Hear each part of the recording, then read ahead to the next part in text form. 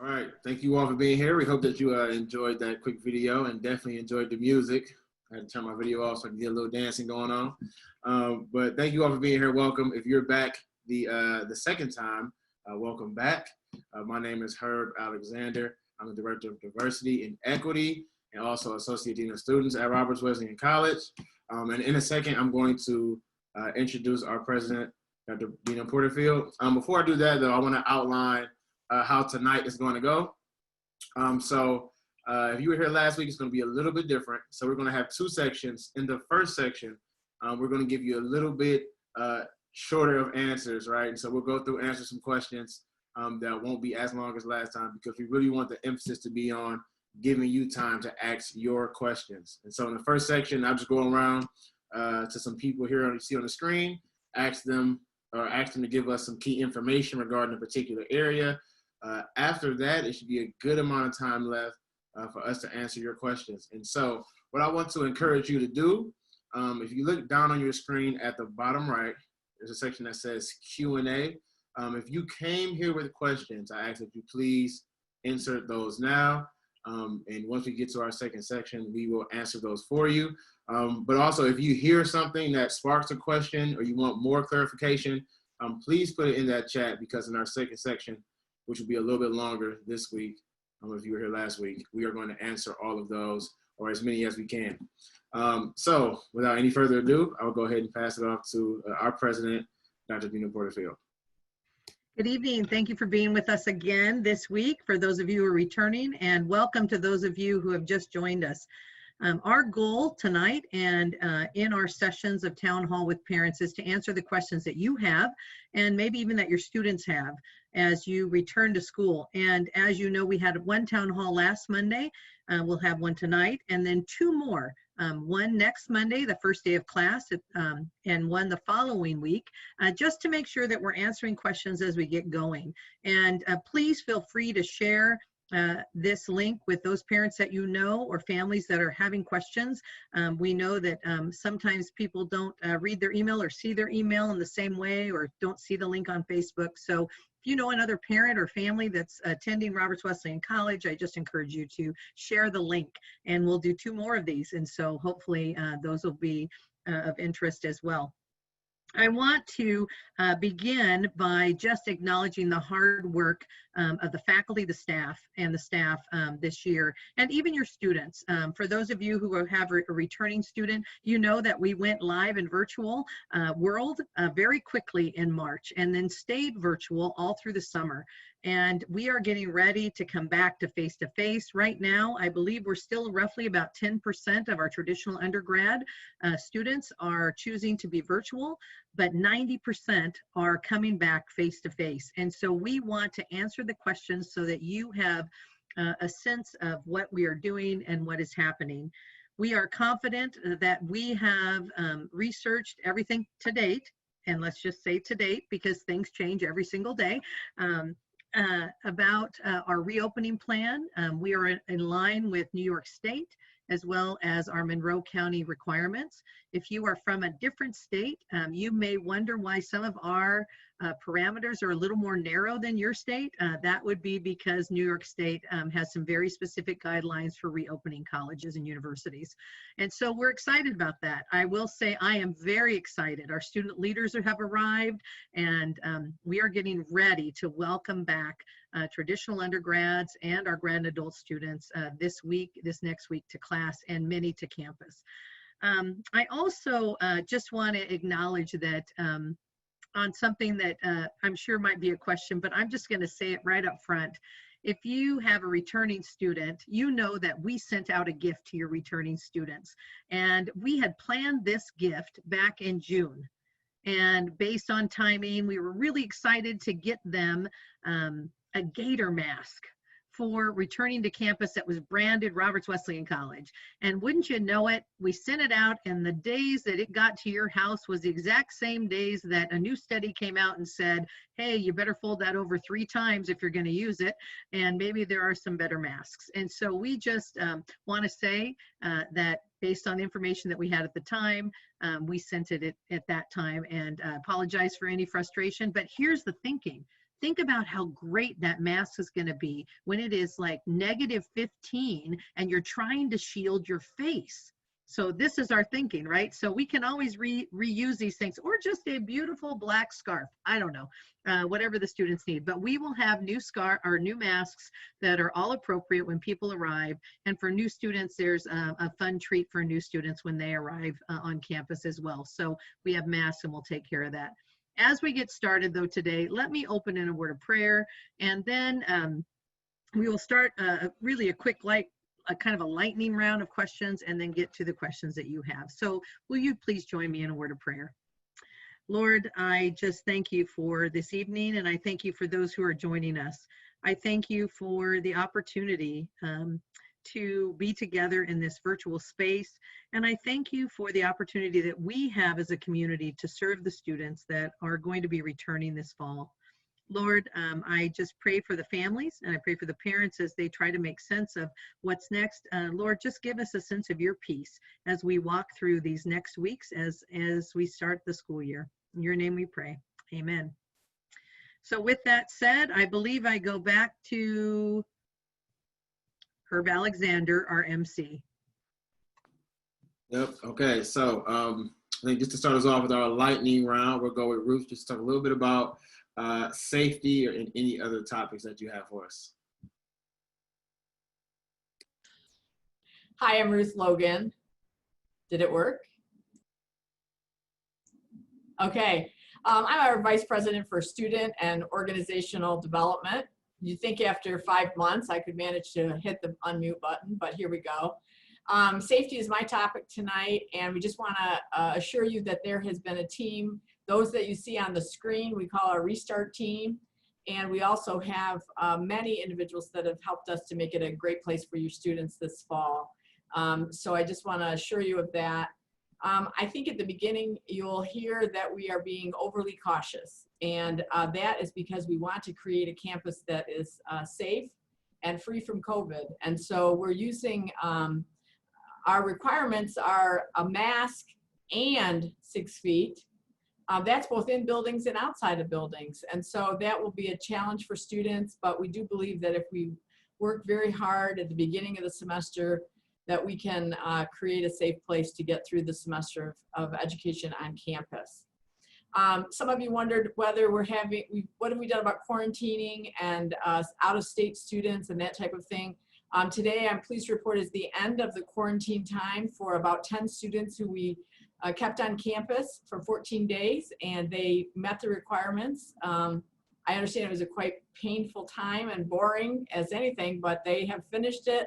And we are pleased that they are COVID-free, and that will help our campus be safer too. Some have asked, are we requiring tests when students arrive? And we are not, because there has been such a delay in the results coming in from different locations that we felt that the tests weren't as valid as they need to be.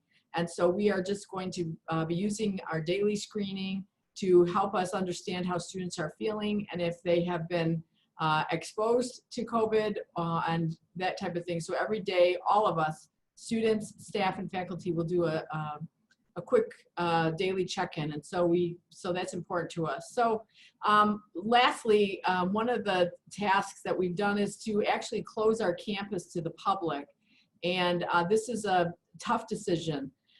We have been a public campus. We have a lot of community.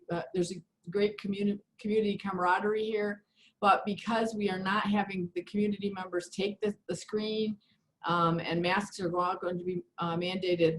For now, we are closing our doors to the campus, the external community. I trust and pray that that won't go on for a real long time, but we think that's a good way to contain our campus right now, and that's what we're trying to do. Thanks. Dave, you want to take it away?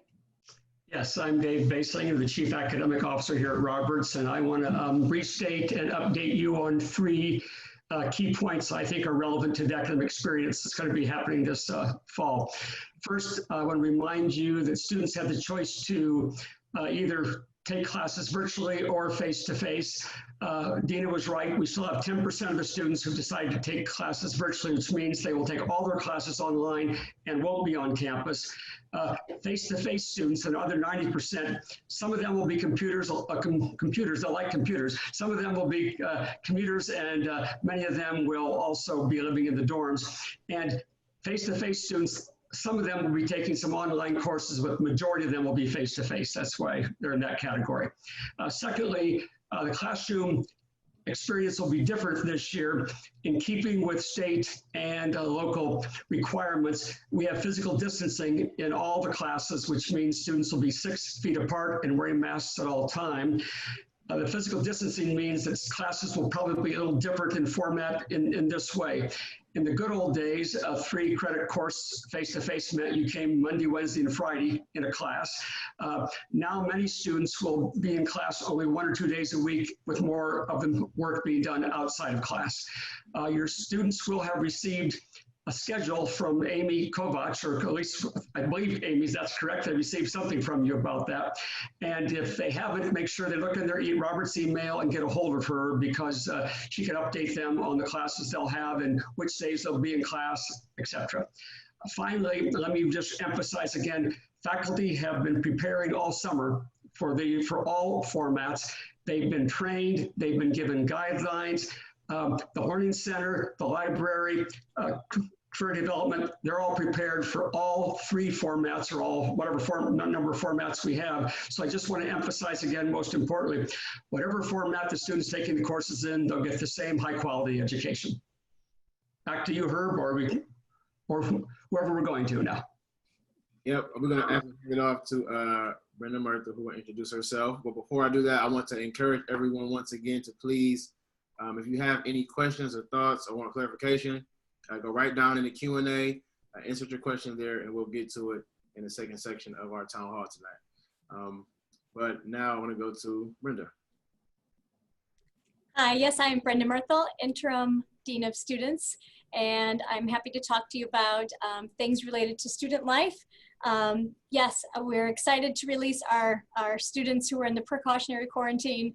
And, you know, every day we're getting more and more students arriving on our campus, and it's just adding so much light and life to our campus. It's been great to see all the different face masks that people are bringing from home. You know, they all have a story, right? It's just been a really great conversation tool, even though you can only see people from, from the nose up.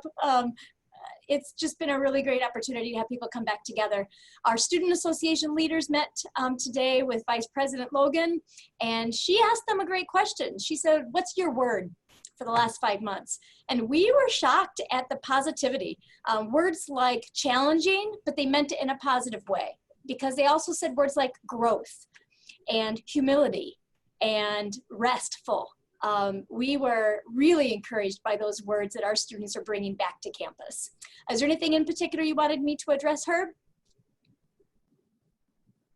Nope, that was good. We'll let the Q&A fill up, and then I might have some questions for you a little bit later, but thank you. Okay, now I think we want to hand it off to Spiritual Life.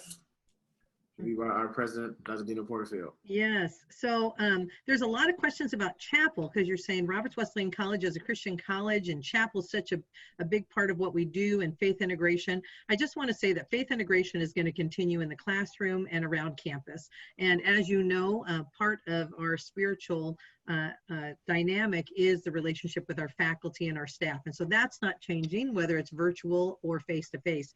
But chapel's going to look a little different. And I don't know if you've had the opportunity to see Robert's Kickstart that started this summer. And it is a message that comes out primarily through our campus pastor, Pastor G.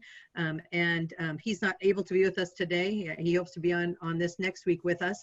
But Pastor G does that message, and then occasionally you'll have a guest speaker on that. And what we're going to do is we're going to actually use Robert's Kickstart, and there'll be a way to some technological way. It's all going to make sense. I don't fully understand it, but there's going to be a way to record that you attended chapel through that virtual setting. And Ruth may be able to talk a little bit about that. But we're also going to have student-led Sunday night chapels. Of course, we continue to serve where appropriate in campus ministries. And then we're going to get creative with how we discuss the chapel content from Monday's Kickstart. And so students are going to have opportunity to do that virtually, as well as in small groups. If they're an athlete, we're going to maximize some of those coaching relationships as well. But really what you're going to see is a more integrated approach to the spiritual life. And I hope, I mean, I'm going to miss chapel. I'm not going to lie. I'm going to miss gathering as a full community Monday and Wednesday. But the fact is, we know that God can work even in a virtual setting and even in some of the smaller groups that we're going to do. One of the things that makes New York really unique is that not only do we have to cut classroom or room sizes in half, but we cannot gather over 50 people in one place. And so until that changes, we're going to have to be creative with our spiritual life. But I want to say again, faith integration in the classroom and with the curriculum really is a key part that's not changing. And Pastor G will be available for one-on-one conversations along with faculty and staff, as we always have. Thank you so much for that update. And Ruth, would you like to add anything else about spiritual life? Just that yeah, it definitely is an app. And after they watch the Kickstart, there will be a few key questions that in order to answer them, they will have had to listen to the whole thing. And when they do that, then their credit will be recorded for watching those. And I'm not sure if you said 15 credits this semester. Typically it's 20, but we know that it'll be a little bit different this semester, but there'll be 15 requirements for them to fulfill this semester. Perfect. Thank you. Okay, so before we transition into the Q&A, I just want to bring awareness to the many other experts that we have here on the panel. So if we can go around and introduce yourselves. Let's start with Amy to say who you are and what you do on campus. Hi, my name is Dr. Amy Kovach. I am a professor of chemistry here at Roberts. I'm also the director of our honors programs and the director of special projects for the chief academic officer. And I've been working with Kristen Brown and David Basinger on helping us to get started from an academic perspective. Thank you, Amy. We can go to Kristen Brown. Hi, I'm Kristen, and I serve as the Associate Dean of Northeastern Seminary and sit on the academic cabinet for Roberts Wesleyan College. So we have been working this summer getting our faculty ready to go, and they are getting very excited to start our fall semester. Thank you, Kristen. Bob Seagate, do you mind sharing a little bit about yourself too? Sure. Good evening. My name is Bob Seagate. I'm the Director of Athletics at Roberts Wesleyan.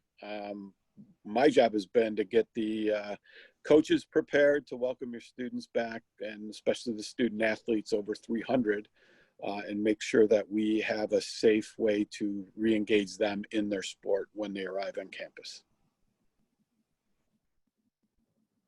Thank you, sir. And last, but the last time I checked, not least, Rich Greer.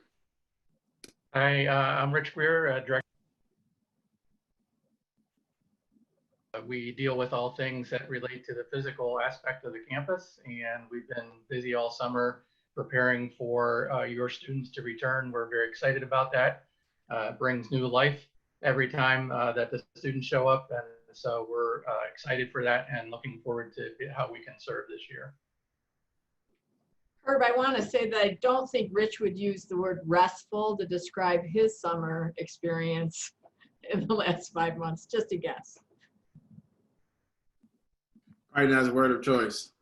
That's And it. don't worry, if you're looking at him thinking he's standing up, he is sitting down, because I thought the same thing last week. So now we'll go ahead and transition over to the Q&A. And if you're just joining us, because I see we have a few new people, we encourage you to please insert your questions into the Q&A, and we'll do our best to answer that. And so if you have any clarifying thoughts that you need, or if you came with questions, now is the time to do that. But I'll go ahead and kick us off with the first question here. So this one was answered, but I think it's good for other ones to hear. So do students have the same access to the printers in the computer lab this semester? Maybe Rich can jump on the rest of that answer. I had said yes, but we are decreasing the density. Yeah, I can talk a little bit about computer labs. So we've been working with IT to set up computer labs, including printers for access for all students. So there is a decreased density in all of our computer labs, but they are still active around campus. And so every building will have some access for students in order to get in and use computers. And especially the library would be the primary place that you'd find sort of the highest amount of computer and printer space for students to use. Thank you. Now, follow up to that, let's talk about schedules. So this will be for Brenda. Is the schedule for incoming freshmen for this weekend available yet? Yes, you can go to roberts.edu/orientation and you will see the schedule there. If you checked it last week or the week before, there are changes every week. But at this point, I would say it's quite settled. Good, thank you. Now, I haven't seen it here yet, but I want to go ahead and ask a frequently asked question before we get back to the Q&As. Rich, what is going on in regards to sanitation on campus, and how are we keeping our students safe? We are going through our normal cleaning procedure, which happens at various times during the day, depending on the building and the occupancy of the building. And that always includes disinfecting while we're doing our routine cleaning. And then throughout the day, we'll be doing additional disinfecting in high traffic spaces, restrooms, classrooms, and other areas like that throughout campus, so that we will stay on top of keeping things disinfected, keeping things clean, and 7 days a week. Perfect. Thank you, Rich. And so this next question will be for Kristen or Amy. Do you know how education majors will handle OPEs, which typically take them off campus in local schools? Yeah, that's a great question. So OPEs will be handled in a little bit of a different way. And a lot of the schools in our area are doing hybrid learning. So some days are virtual and some days in person. And so much of the OPEs will actually be virtual. Perfect. Thank you. And so next question to follow up here, I'll go to either Brenda or Ruth. Will there be jobs available for students on campus with restriction to the number of people in the office at a time? Would that mean not as many jobs are available this semester?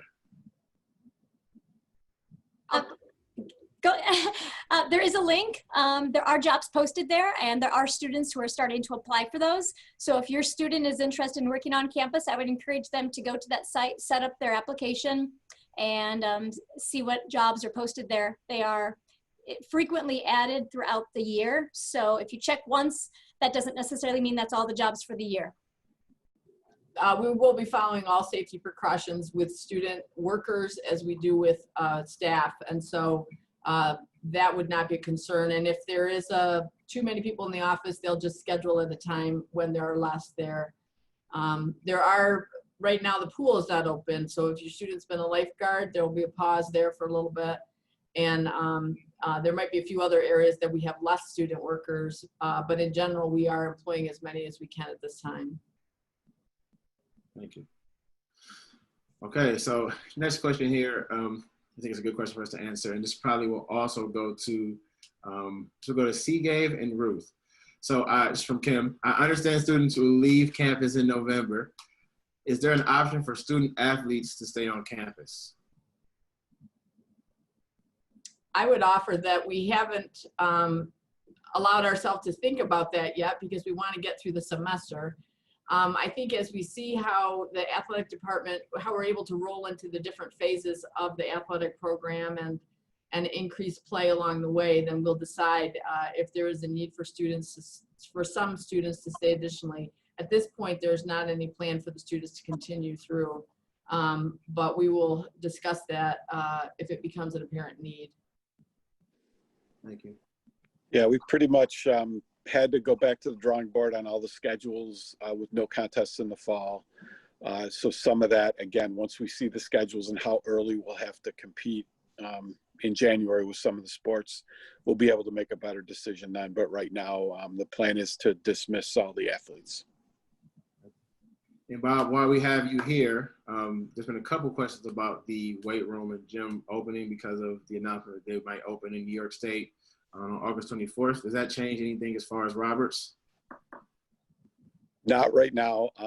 As Ruth had said earlier, we're going to be really cautious as we return to play, so to speak. Our coaches are getting really creative, though. We're talking about a lot of outdoor workouts and outdoor things that we can do cardiovascularly to get back in our return to play mode.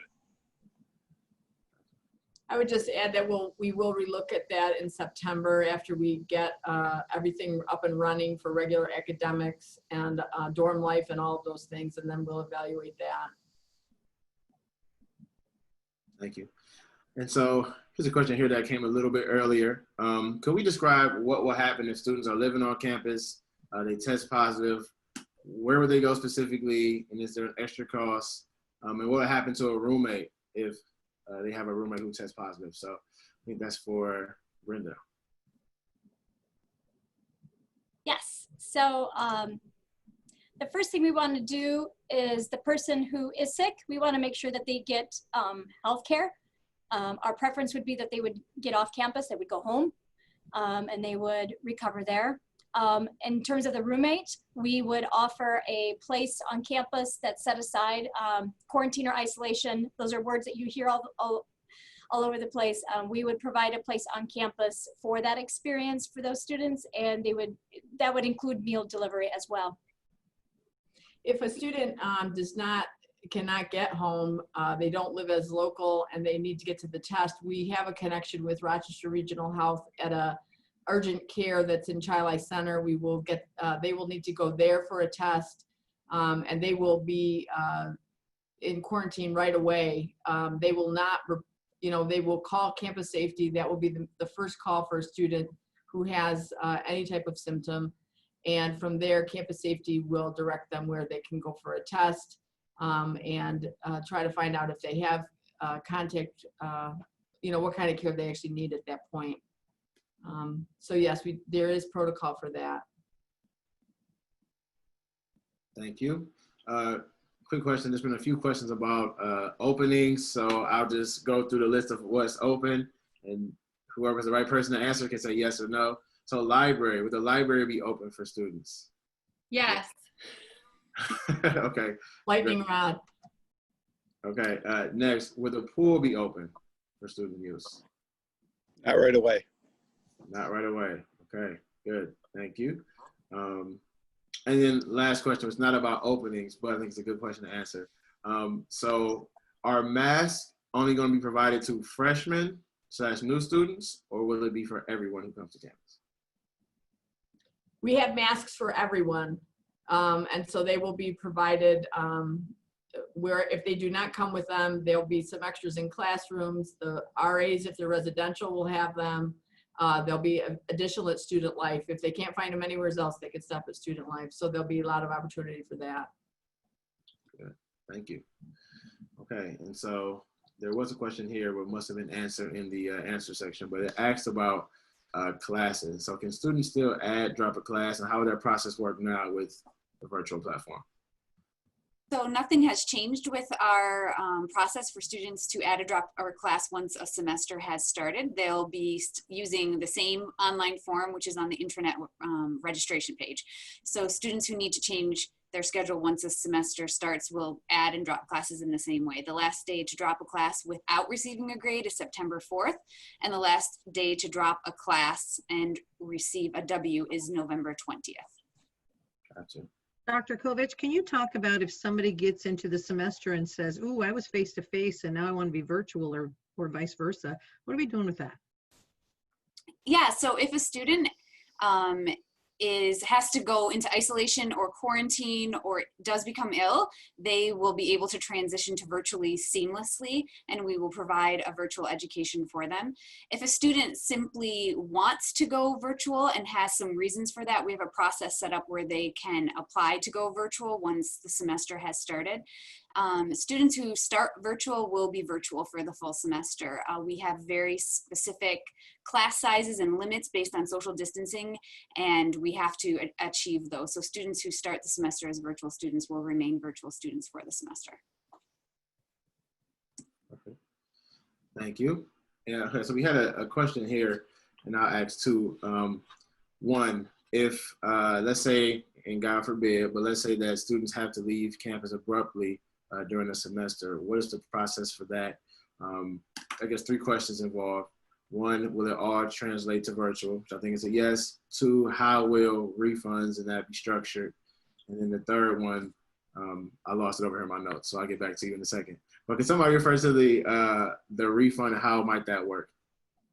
I'll talk about that a little bit. If you're a returning student, you know that last year when we needed to move virtually, we made some adjustments on and assessments on the accounts. What I will say is we will not make any of those assessments till the end of the semester, until it's really clear where we're at, because it does impact financial aid.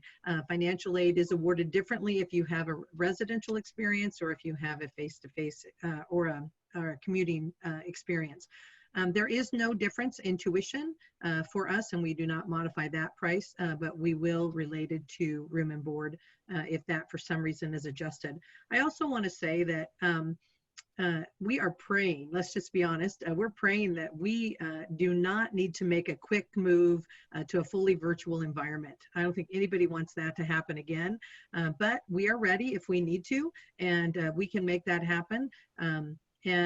Our commitment right now is to make sure that we are very diligent, especially as we start this semester, and make sure that the patterns that our students and our faculty and our staff follow for the mask, for checking in, for making sure that we're honest about how we're feeling that day when we fill out the survey, that all of those things are really important to the community. And so I'll just take a little plug right here and say that our 3 themes are protect yourself, protect others, and protect the community. And we're going to push really hard. If you see any videos from me on Facebook or social media, you know everything I've done so far has had a mask. So the #1 thing for us is a mask. So again, we are going to give out masks. We're going to have masks available in classrooms. If a student walks into a class without a mask, they'll be handed one. If they refuse to wear one, they won't stay in class. We'll follow up with them and talk to them about why it's important to keep the community safe. The second thing is every student will complete what we call it's a COVID feedback survey, and they will complete that every day. I complete that every day that I'm on campus. You can encourage your student. You can convert it into a little app. I don't know if you can see that here on my phone, probably not, but that's a Roberts logo right there. And you can complete it every day, but we'll need to complete it every day and answer the questions about how we're feeling. And then the third thing is the ID card, and I don't have my ID card here. If somebody does, hold it up.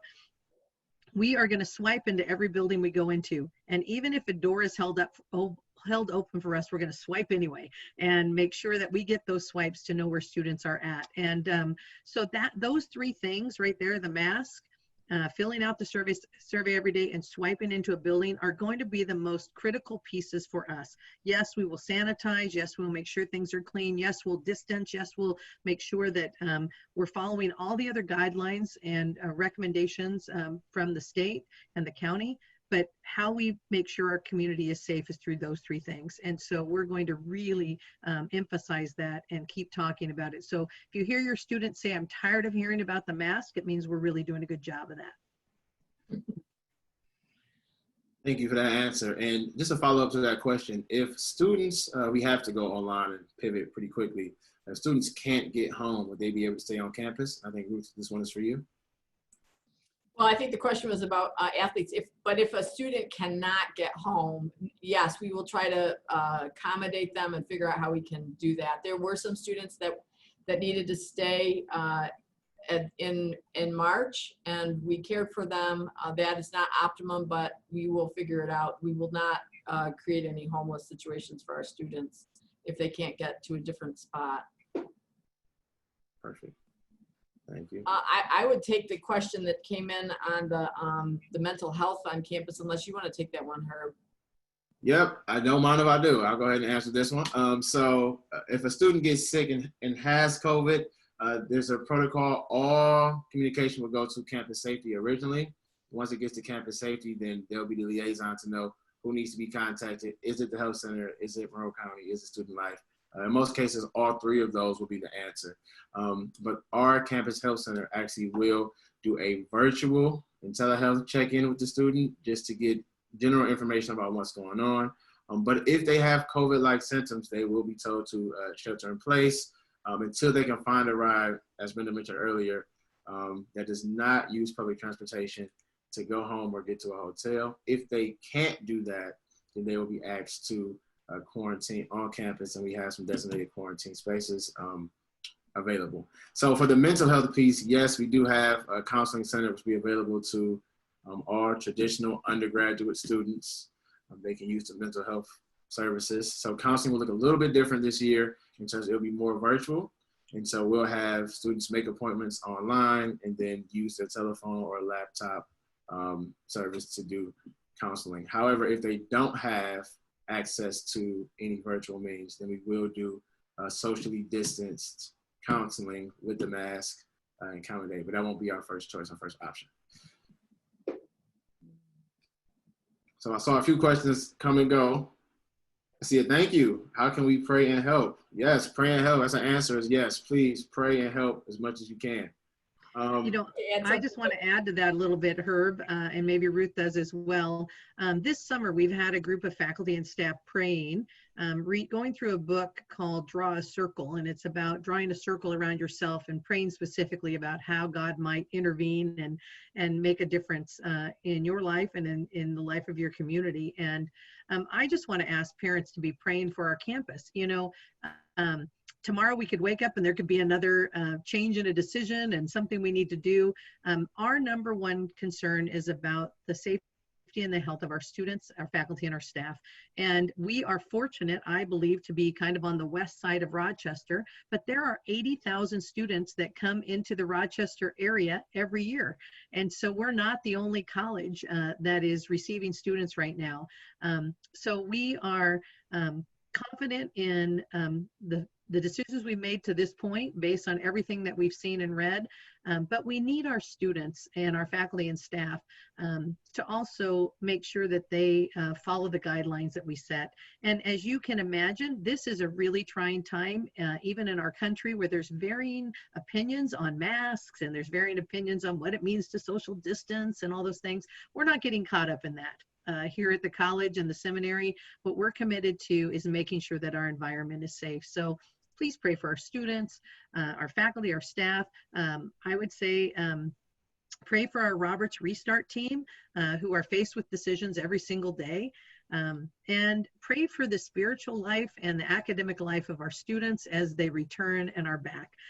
You know, the transformational experience that can happen through a Roberts education is quite unbelievable. And even though it looks a little different in some of the aspects of it, it is still here and we are still committed to it. And so we need prayer to make sure that we have eyes to see and ears to hear what our students need to make the adjustments we need to as well. So thank you. Thank you for asking that and being willing to pray for us.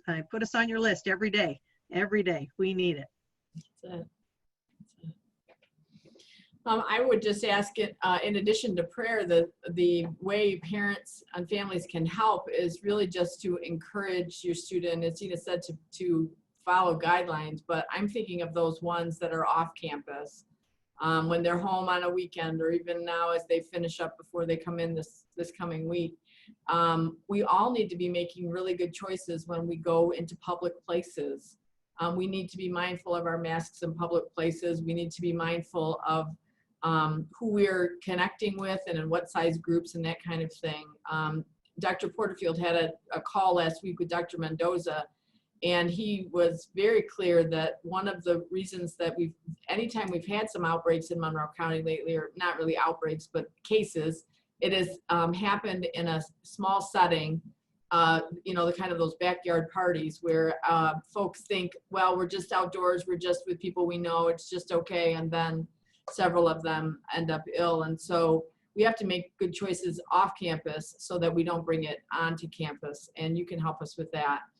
I also see there's a note about how to get to sign up for the app, and Brenda sure noted that it's on the intranet for the students, but we will be also sending that out again in the email for the students as well, so they'll be able to get it in a couple places.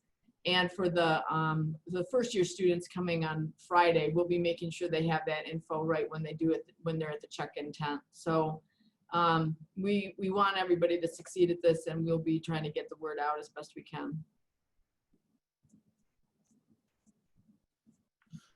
Thank you. And so this will be answered most of the Q&A, but there is one more here, a couple more. So please keep them coming. We're here to answer questions.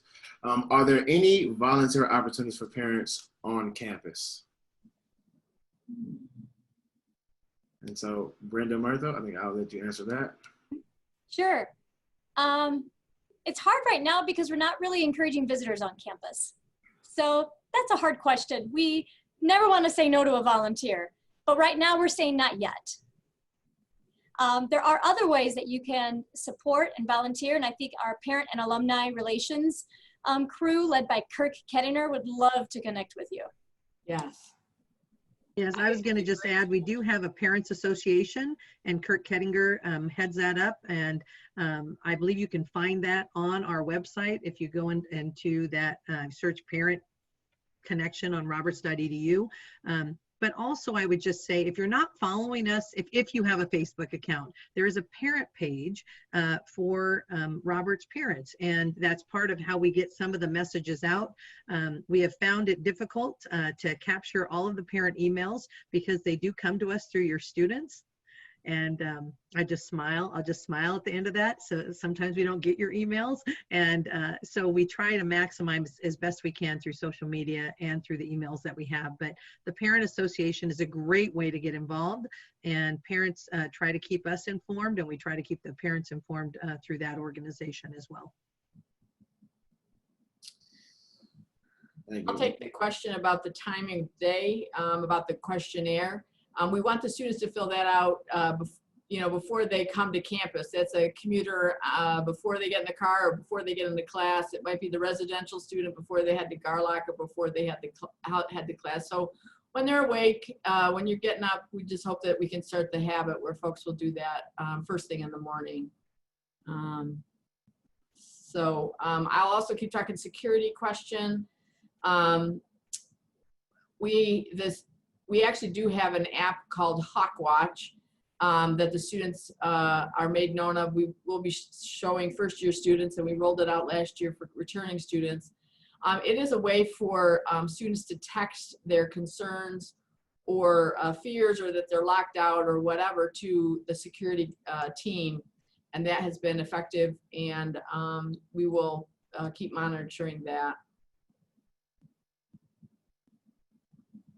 Herb, I see a question about recording the parent town hall. So we recorded last week, we're recording today. You can find these town halls, there'll be 4 of them, on roberts.edu. Up in the corner, you'll see Roberts Restart. And if you go to the parents section, you'll see these posted. So you'll see last week's, you'll see this week's, and then the next two. And the reason we chose to do 4 in a row is because we figured as we got close to the start of the semester, there would be questions. And then maybe that first day of class, you'd be wondering like, oh, how did it go? And so next Monday, we're going to be telling you, okay, here's how it went. And then the following week, it just gets us into the semester a little bit. It doesn't mean you can't ask questions in the future. It just means we'll just do these town halls just to kind of get us into the start of the semester. But you can find those at roberts.edu in the Roberts Restart section under parents. Thank you. And while you have the mic, typically I would go to Dr. Dave Basinger because he likes to sing, but I'll go to you instead. How about the alma mater? So we mentioned the school song. Is that posted somewhere where someone can go listen to that? Oh, the alma mater. Oh my gosh, yes. Let me see. I don't know if it's posted somewhere. So let me just tell you, we sing the alma mater usually at Convocation. We are actually not going to sing it at Convocation this year because we'll be doing Convocation virtually. But we have some wonderful recordings of it. We sing it at homecoming and we sing it at commencement. And we have a few recordings. We just sang it virtually at commencement with Dr. Jeffrey McGee, who is in our music department with a lovely voice. Our alma mater is a really special song, and it is one of the things that throughout our history has become something that students and alumni remember. It went away for a period of time, and we've brought it back these last 6 years. And our goal is that students, when they graduate, though we don't sing it every day, will at least be reminded when they hear it and know what the song is. And there's a phrase in it that I love. It says, we'll work for her, we'll pray for her, so she will always grow. And that's talking about Roberts herself. Herself, I think, is what it actually, how we reference her. Dave, anything you want to join on that, on the alma mater? You want to sing it for us? No, okay. All right, thank you. And so as we're coming to the end of our time, I encourage you to send any last questions or thoughts that you have. But in the meantime, I'll just ask 2 questions that I think are important for everyone to hear. And I'll go to Bob Seagay first. Can you just talk about sports in the fall and how that process is going so far? So we have our steps all planned out. Again, we're ready for your student athletes to come back and join us. We're going to have a phased-in approach. That'll be just a 2-week kind of gating period, and that's all based on some NCAA Sports Science Institute releases that they've put together. Then things will start up very slowly. They'll ramp up with the weightlifting and conditioning, and then small groups, and then they'll build up throughout the semester towards full competition, as long as each of the phases are handled correctly with no incident. Thank you. And is that plan, as far as the athletics phase-in plan, available for people to see? It's just getting finalized right now, so we will have it up and posted fairly quickly. Again, providing nothing changes, like the weight room. Gotcha. Okay.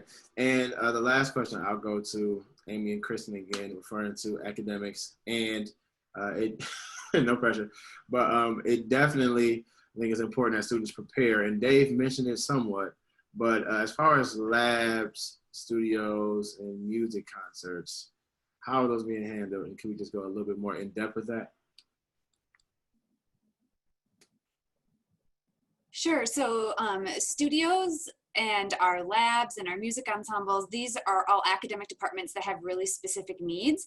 And so each of those departments has come up with an individual plan for their department that follow all of our physical distancing guidelines. And so, for example, students in labs, in some cases, they'll do 2 labs in 1 week, and then they'll have a week off.